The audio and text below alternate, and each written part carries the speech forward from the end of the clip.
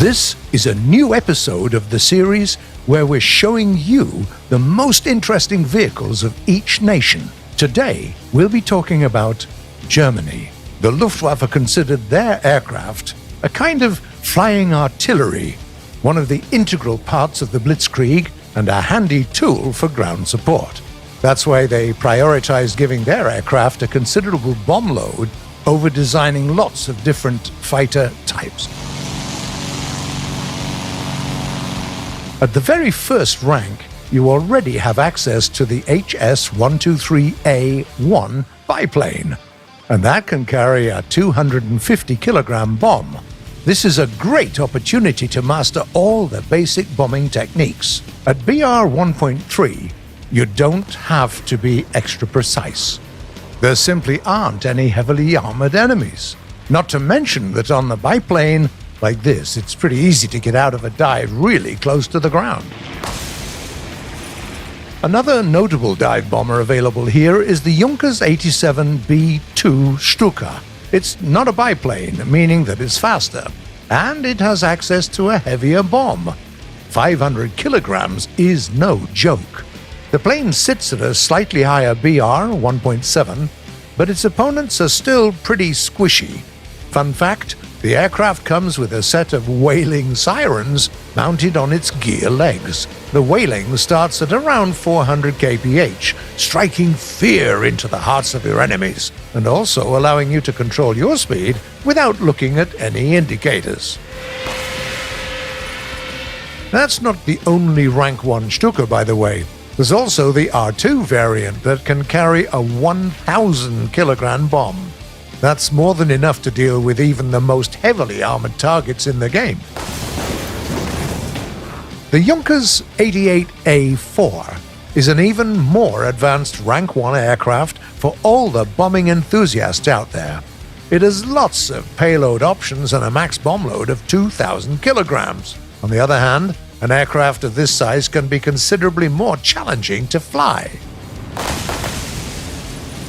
All of that doesn't mean that there aren't any interesting Rank 1 fighter aircraft. Take a look at the Yonkers 88C6, based on the Yonkers 88A series. It comes with lots of firepower. You get 3 7.92mm machine guns and 3 20mm MGFFM cannons. By the way, the M in that name means that a cannon like that can fire Minengeschoss rounds, shells with explosive filler that are very effective against bombers and strike aircraft. The HE-112A-0 is a more conventional fighter. It is armed with a very powerful nose-mounted MGC-30L cannon, originally used in the AA capacity on the ground. Coming from this gun, even a couple of hits with HE shells will bring down almost any fighter aircraft, and the AP belt will allow you to make short work of ground targets. The only problem here is limited ammunition supply. You can only bring 100 rounds. Say hi to the HE-100D1, the fastest fighter at its BR. That's not surprising given that it's built almost like a racing aircraft. It even established a world speed record. All in all, even despite its relatively weak armaments in the form of 3 rifle caliber machine guns, this fighter is an excellent pick for experienced pilots thanks to its superior flight performance. Then comes the legend of the Battle of Britain, the Emil, or the Bf-109E. Due to its amazing agility, high speed, and good rate of climb, it can take on any kind of opposition. The most interesting variations of the aircraft available to us here are the E4 and the premium E7U2. It's pretty simple. They're armed with MGFMM cannons that are very effective in combat. That's just the beginning though, as there's a whole other iconic series waiting for us at Rank 2, the aircraft of the Focke-Wulf 190 family. These are all about superior firepower. For instance, the FW-190A-4 comes with 4 20mm cannons that can deal with most enemies with the shortest of bursts. Furthermore, aircraft of this series tend to be on the tougher side, making them great picks for head-on engagements. If you fancy strike aircraft, look no further than these 3 variations of the Bf-110, the C-7, the F-2, and the G-2, each with its own set of payload options, giving you access to bombs, 210mm rockets, and also additional 20mm or even 37mm cannons. Then there is the special case of the BV-238 bomber. It's the only 6-engine aircraft in the game. It's also known for its good defensive armament, a decent bomb load, sturdy construction, and the ability to land on water. The third era gives us new variations of the excellent Bf-109, F-4, and the G-2. Their extremely high rate of climb means that you are almost guaranteed to secure that altitude advantage, setting up the stage for a decisive dive. The aircraft also has a lot of stopping power with a vast array of primary and secondary guns. The Focke-Wulf 190A 5U-12 is more of a flying gun rack than a regular fighter. If you count suspended armaments, it can be equipped with up to 6 20mm MG-151 cannons. There's a hefty price to pay for that, though.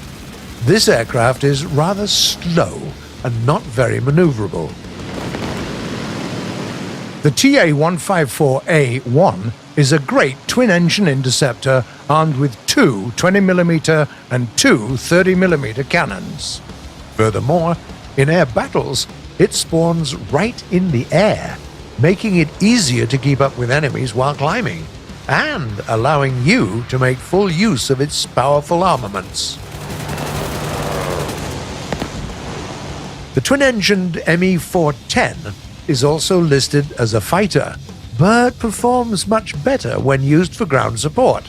Depending on the model, it can carry either 2 500kg bombs or 4 210mm rockets. The HS-129B2, armed with a 30mm or a 37mm cannon, and the HS-129B3, equipped with a 75mm gun, are pure-blood strike aircraft. Be careful, though.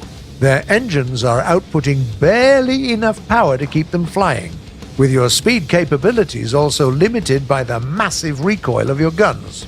All of that means that most of the time, you'll be dangerously close to stalling. This bird is certainly not easy to fly. In the hands of an experienced pilot, though, they are the bane of tankers everywhere.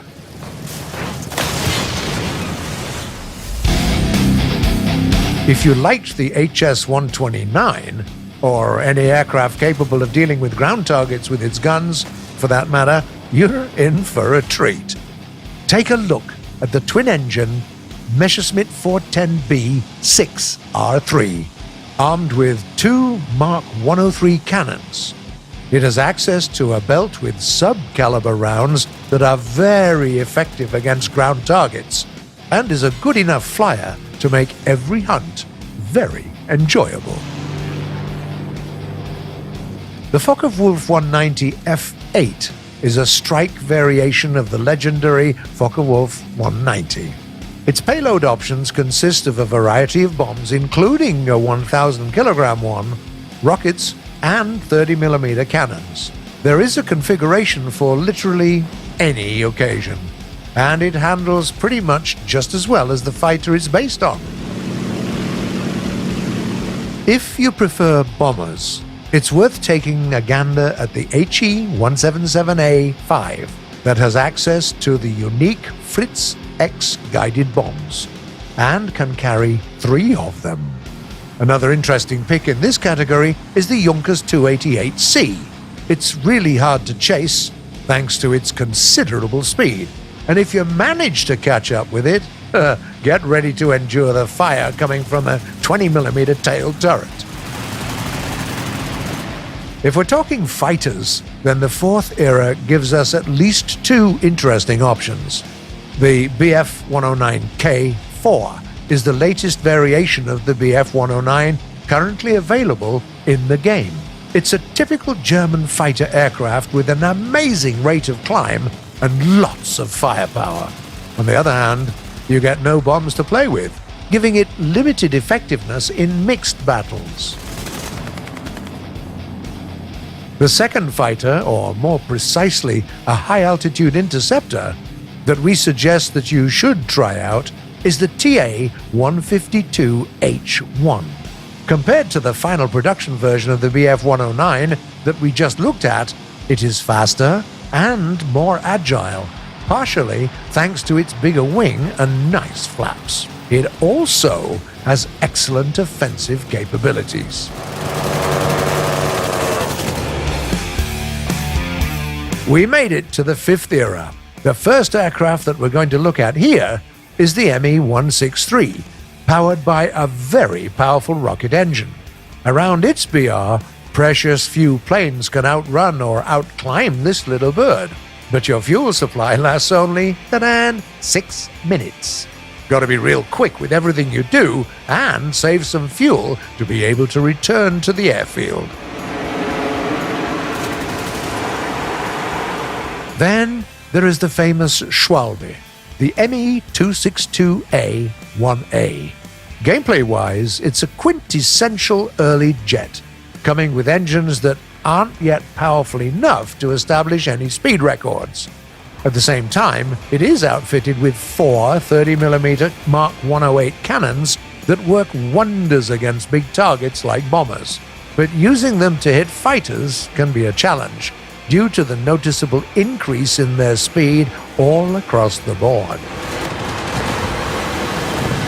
It's worth noting that the Schwalbe's speed problem is solved by two of its options, the C-1A and the C-2B. The former is equipped with a single rocket booster, and the latter has two, temporarily giving them a lot of power that can be used for a fast climb or a lightning-quick attack. The A1U4 variation is fitted with a very precise 50mm cannon that can use good shells with explosive filler that penetrate more than 60mm of steel at 1,000 meters. That means that you can reliably pen most tanks through their roofs. The last Messerschmitt 262 model on our list is called the Sturm Vogel. It can carry two 250 kilograms or a single 500 kilogram bomb, and when used without any suspended armaments, plays a very effective light fighter aircraft. Another good aircraft for mixed battles are the planes of the AR-234 family. These are fast jet bombers that can carry up to 1,500 kilograms of bombs. Okay, it's time to discuss two apex predators of the German tech tree. The CL-13B Mark VI is a Canadian Sabre variation that was used by West Germany. Compared to this classic American F-86, this model outputs more thrust, resulting in a better performance overall. 6 Brownings probably won't scare anyone at this point, but this fighter can also use air-to-air missiles to engage targets at ranges where machine guns aren't effective anyway. You also get a couple of 1,000-pound bombs that are very handy in mixed battles. The last aircraft that we're going to discuss in this video is the German MiG-19S. Unlike its Soviet counterpart, it doesn't have a radar station nor air-to-air missiles. On the other hand, it's equipped with an additional 30mm gun. Performance-wise, what can we say? It's a pure-blood MiG, a fast modern fighter aircraft ready to engage any kind of enemy. Okay, guys, that's it for today. What German aircraft are your go-tos? Please do tell us in the comments below.